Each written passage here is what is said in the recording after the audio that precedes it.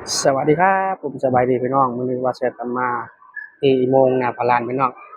ชั้นใต้ดินพี่น้องมาตากแอร์เย็นๆพี่น้องไปเบิ่งนักท่องเที่ยวกันพี่น้องเอ้ยมาวันนี้ก็บ่าวเสิร์ฟกันมากับโอ้โหพี่น้องเย็นเจี๊ยบเลย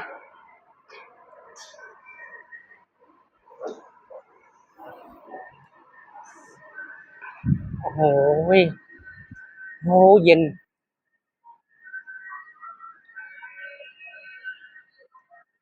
ไป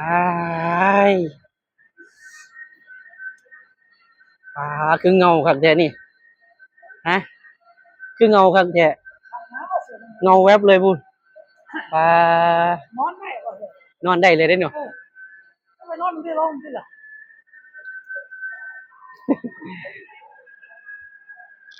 เบิ่งดูสะอาดสะอ้างเลยพุ่นเอ้ยอุ้ย สะอาดอันนี้เลยพี่น้องเอ้ยเอาเป็นยังไงนี่รูปภาพลูกสมัยตะสมัยตะกี้วะเนี่ยสมัยประมาณสักไม่เดี๋ยวก็เกือบ100 ปีแล้วแบบโอ้ที่ว่าเอามาสถิตฐานไว้เพื่อย้ำเตือนว่าเมืองไทยเคยผ่านจุดนี้มาแล้วอ๋อสมัยเก่าๆเนาะพุ่นสมัยใหม่น่ะโอ้โหเย็นคักเย็นแน่เลยเนาะเย็นน่ะดิเย็นพี่น้องผู้ใดอยากมาก็มาได้เด้อพี่น้องมาเที่ยวมาเล่นมานั่งพักผ่อนได้พุ่นน่ะมีที่ชาร์จแบตนำใดเนาะมีบ่เด้ไปเบิ่งนี่ที่ชาร์จแบตนำมีนี่นี่นี่พี่น้องนี่ผู้ใดแบตหมดบ่ต้องกลัวพี่น้องนี่มีที่ชาร์จแบตด้วยมีที่นั่งเล่นด้วยพี่น้องนี่ โอ้สะดวกสบายพี่น้องเมืองไทยประเทศไทยสุดยอดพี่น้องเยี่ยมนี่เลยยกโป้ให้เลยพี่น้องเลยบัสเชิญฮักกมาครั้งที่4เดี๋ยวตรงนี้พี่น้องเลยแต่บัสเชิญบูฮูนะเป็นตรงนี้เป็นเครืออะไรสายแบตตรงสายแบตตรงเสียบแบตโอ้โหอีกอย่างวันนี้เขาว่าตรงนี่ด้วยนะมีด้วยนะตรงนั่นก็ที่กรอกน้ำกินมีวะมีรีวะแต่บัสเชิญมานี่4 รอบเป็นนะบูฮูนะเป็นที่กรอกน้ำอ่ะ เดี๋ยวพาไปเบิ่งเดี๋ยวพาไปเบิ่งที่กรอกน้ำได้ยินอยู่แล้วบ่เชิญก็ยินอยู่ว่าที่นี่มันมีที่กรอกน้ำกินได้อะแต่แรกบ่เชิญบ่ฮู้นะซื้อกินอยู่ข้างนอกอู้ว่าน่าเสียดายแฮงดีว่าได้อู้นี่ฟรีพี่น้องสะดวกสบายพี่น้องนี่มีที่กรอกน้ำกินมีเฮาน้ำร้อนนำบ่มีบ่อ่ายืนได้ปลอดภัยนี่พี่น้องนี่นี่กดมีปวดเย็นน้ำเพราะว่าเธอบ่มีเอาจะคือปวดมาล่ะนี่นี่นี่น้ำร้อนจะได้น้ำร้อนอ่านดูจะได้น้ำร้อนตัวใดห้ามห้ามทิ้งขยะและน้ำห้ามพ่นห้ามทิ้นี่งมีขยะและต้มน้ำลายแมนห้ามทิ้งขยะและก็ต้มแมน้ำลายน ลงนี่แล้วว่าพอห่างมาเจ้านะสะดวกสบายนะนี่เบิ่งดูหรือว่าอยากน้ำอยากอิหยังจะเห็นภาษาบ่ภาษาพม่าก็มีอ่ะภาษาพม่าก็มีพี่น้องเขียนวิธีการใช้จุดน้ำดื่มแต่ภาษาบ้านเฮาบ่มีเด้เป็นตัวไทยหมดแม่นเพราะว่าคนลาวอ่ะบางคนก็อ่านตัวไทยได้แม่นอันนี้คือพระเจ้าบ่มีภาษาไทยภาษาลาวก็ย้อนว่ามันลาวอ่านภาษาไทยได้แม่นแต่ว่าภาษาพม่ามีได้ภาษาพม่าภาษาจีนได้ภาษาจีนแล้วเขียนว่าวิธีการใช้จุดจังใดล่ะโอ้ยเสียดายบ่มีกวดนุ่มมีกวดบ่วิธีใช้การจุดอ๋อเติมน้ำกวดไฟมีนะลองดูไปเบิ่งเด้อเนื้อเทใส่นี่ก็ได้บ่กรอกเส้นกรอกก็ได้แล้วนี่บ่เคยกินนะบ่เคยกรอกได้นี่ก็ได้กรอกตัวนี้ก็ได้บ่เอาไปเถอะลองตัวใดกรอกตัวใดกรอกกินได้ขนาดบ่เสิร์ชยังบ่เคยได้นี่ลองลองได้เนาะใช้ระบบไหนล่ะลองโอ้เห็นว่าเลย ดัง เขาใช้ระบบเซ็นเซอร์เนี่ยอ๋อมือแตะเอามือแตะเป็นระบบเซ็นเซอร์ดีบอกว่าดีบอกดีเยี่ยมอืมดีนะครับดีนี่นี่กินได้นะพี่น้องนี่กินได้ลองเอานี่พี่น้องกินได้นี่นะครับทุกคนอันนี้เป็นน้ำหอนบ่นี่ลองมา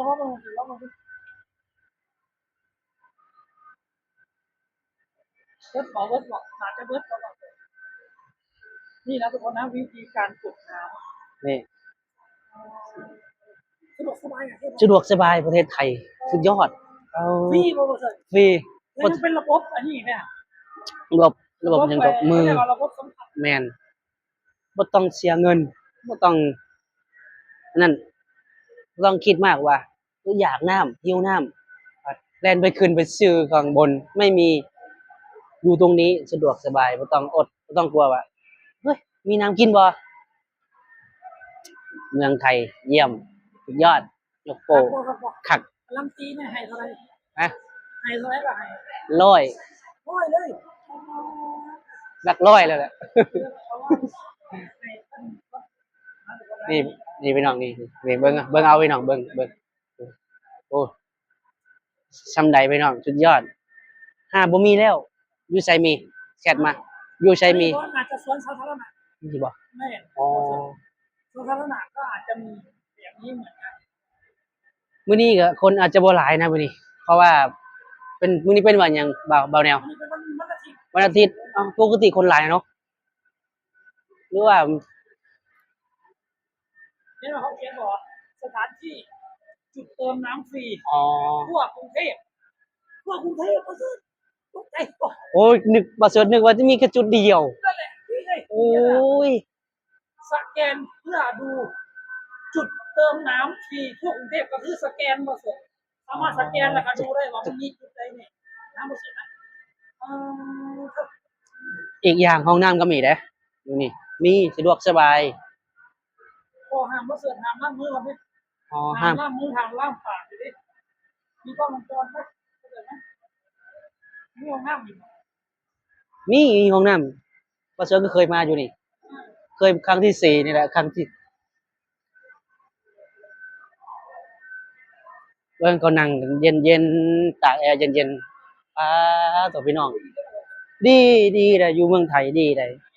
โอ้ยไผว่าบ่ดีดี ดีทุกอย่างทุกเรื่อง ดูทุกแนวโอ้ยเบิ่ง ฟรีก็บอก แอร์ฟรีบ่ต้องเสียเงินบ่ต้องคิด ไม่ต้องเสีย บ่ต้องคิดมากว่าเอ้อมันนั่งเป็นชั่วโมง2ชั่วโมงเขาบ่ได้เก็บเงินได้ สามารถนั่งตามใจเขาเลย นั่งทำใจได้จนกว่าเขาปิดจักโมงนะนี่ก็บ่าวเสิร์ชก็บ่ฮู้เด้ปิดจักโมงเขาปิดนี่จักโมง6 โมงมาเสร็จ 6โมง 6 โมงหรือการปิดอัตโนมัติ อ๋อ ปิดเลย แล้วเปิดจักโมงบัดนี้ เจ้าเปิดไว้ช่วงเช้า อ๋อ ประมาณ8 โมง 8 9โมง จะปิดทำการประมาณ6 โมงแค่ปิดไปเลยปิดนั่งเลย คักคักคักคักหลายโอ้โหเย็นก็เย็น เย็นบ่ต้องกลัวว่ามาเที่ยวสนามหลวงหรือว่า การร้อนแบบนี้ โอ้ย เจอเย็นๆแบบโอ้ยเย็นเจี๊ยบเลยพูดอันนี้สมัยใหม่บ่อ๋อ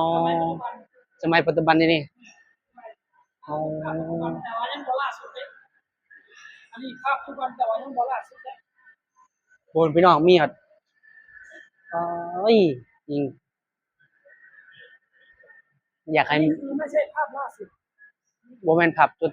หม้อแม่ อ๋อ เอาภาพล่าสุดแห้งสีน้ำก่อน งามกว่านี้ อันนี้เขาของมาแล้วก็คือน้ำไม่เจ้าชนะนั่นแหละไม่น้ำไม่เจ้า อันนี้เป็นกลางคืนเนาะแบบนี้เนาะอ๋อ ข้าวข้ามมัน6 โมงอะไร อ๋อสวยมากงามมะลีเบิ่งพี่น้องก็มาถ่ายรูปกันพี่น้องมาก็มาเซลฟี่กันพี่น้องโอ้โหพี่น้องซ้ำได้สุดยอดเลย เย็นพี่น้องสะดวกสบายมาเมืองไทยนะไม่ต้องกลัวว่ามันร้อนหรือว่ามันแดดมีที่มานั่งตากแอร์เย็นๆพี่น้องนี่แหละ ประเทศไทยสุดยอดเยี่ยมบาเสิร์ตผมมักสำหรับบาเสิร์ตนะมักใจบาเสิร์ตตอนนี้อยู่ในเมืองไทยอันนี้อยู่ในเมืองไทยอย่างเดียวอ่ะบ่คิดว่าจะใจไปใส่เลยอ่ะ เห็นเลยแบบ โอ้คือเห็นเลยก็คักมากเลยแหละเวลาเห็นครั้งแรกนะยังมักเลยอ่ะ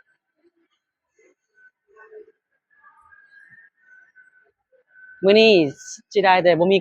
บ่มีนักท่องเที่ยวมื้อนี้ แม่ท่องเที่ยวเนาะ นักท่องเที่ยวน้อยมื้อนี้ เพราะว่าเนื่องจากอากาศมันหาถึงว่า มันร้อนร้อนแล้ว แต่ก็มีวันนั่งไว้แล้ว โอ้มีบ่อนดังหลายมีบ่สะดวกสบายพี่น้องมากที่ที่เติมแบตหรือว่าที่ นี่นั่งพักผ่อนนั่งแบบยังไปมีผู้สาวก็นั่งคอยผู้สาวได้นะผู้ใดมีแฟนมีหยังมารอแฟนได้ตรงนี้ก็แต่บอกสถานที่นี่แหละหรือว่าอ่ะเรียกว่าบ่าวแนวนะบ่าวแนวมีแฟนมีหยังกันบ่าวแนวกันมาคอยมารอได้ เออ มาพาผู้สาวหรือพาแฟนมานั่งเย็นๆก็ได้นะก็มีนี่นี่สายสาดชาก็มีลองนี่เด้อนี่บ่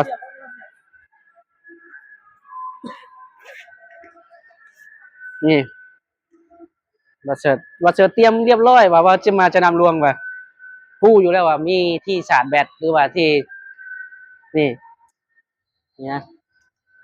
นี่เติมได้ แต่มีว่าโทรศัพท์เอา เทียบได้ นี่แหละ นี่นะนี่เขาร้องให้เบิ่งซื่อ แค่ลองเบิ่งให้เบิ่งลองเบิ่งซื่อว่า เสียบ จุดเสียบแบตเตอรี่บ่เสีย เสียเงิน บ่เสียเงิน นี่สบาย สะดวกสบายมาเที่ยวที่ประเทศไทยที่อีโมงหยังนี่ เมืองหน้าตลาด อ๋อบาเสิร์ชก็มานี่4เถื่อเลยใน4รอบแล้วนะ4ครั้งที่4นี่แหละ แต่อู้ดี เงินก็บ่ต้องเสีย เงินก็บ่ต้องเสีย ใช้ฟรีน้ำใช้ฟรีห้องน้ำก็ใช้ฟรีแอร์ก็ใช้ฟรีอุ้ยสุดยอดใช้ได้มีบ่มีแล้วนี่ดีกว่านี้ ดี นี่ก็ดีที่อยู่ของเราบ่ โอ้โหน่าจะมีอยู่มั้ง ห้องน้ำฟรีแอร์ฟรีไฟฟ เอ รี อ เรื่องบริษัท บ่ได้เสียจักบาทเลยอันนี้ เนี่ยฝากไปถึงพวกคือแบบเนาะ ฝากที่ว่าพวกพี่ๆน้องๆหรือว่าอ้ายๆน้องๆที่สิมาเล่นมาเที่ยวก็มาได้ แต่ว่าแบตหมดหรือว่าฮ้อนๆนะว่าหามาเล่นมาเที่ยวแบบฮ้อนๆถ้าบ่ฮู้ก็สามารถถามได้ เจ้าหน้าที่ว่าอีโมงหยังโมงหน้าพลานบ่ก็มาถามได้นะว่ามาบ่ถูกไปบ่ถูกแต่บ่เสิร์ช ลงสถานีสนามไส่ อ๋อสถานีจะนำใส่ วัดโพมาประมาณ30กว่าเมตร แม่น 30ตัวนี่นะทุกคนนะคือความสะดวกสบายของเมืองไทย แม่นเออ เนาะ คัก ตอนนี้ ตอนนี้ใจบ่เสิร์ชอยู่เต็มเมืองไทยนะบ่ได้ไปไสเลยนะบ่ได้คิดจะไปไสเลยนะอันนี้ เออ มันสะดวกสบาย มันสะดวกสบายอ่ะ มัน แต่ทุกอย่างมันฟรี ทุก คือสำคัญ ทุกอย่างมันฟรีหมดทุกฟรีหมด เพราะงั้นนี่ฟังของผู้ชาวแบบโคตรในประเทศไทยว่าให้ประเทศไทยอย่างนั้นสิทั้งที่มาไซอยู่ประเทศไทยก็ประเทศไทยบุรีซั่นที่เจ้าว่าจังได๋ก็ขับแบบนี้เจ้าว่าเป็นอะไรเอา โอ้ เจ้าว่าบ่รู้ แต่เรื่องนั้นน่ะเฮาว่าบ่เป็นเพราะว่าเรื่องของเขาของเพิ่นกฎหมายของเพิ่นเฮาก็บ่ฮู้แต่ เพราะเจ้าว่าจังได๋เขาว่าประเทศไทยบุรีดีบ่ล่ะ โอ้ดีดี ทุกอย่างดีหมดดีห้องน้ำฟรีไฟฟรีโอ้สว่างแบบ เอาทุกคนเขาก็บ่เสิร์ชกัน ขอจบเพียงแค่นี้พี่น้องอย่าลืมกดไลค์กดแชร์กดติดตามให้เด้อพี่น้องขอลาไปก่อนพี่น้อง ช่องบ่แนวนำเด้อพี่น้องเด้อช่องบ่เสิร์ชอย่าลืมฝากช่องบ่แนวกับไปติดตามช่องบ่เสิร์ชด้วยนะครับเด้อทุกคนเด้อที่นี่ว่าเฮาบ่แนวก็บ่เสิร์ชกัน สบายดี สวัสดีครับผมสวัสดี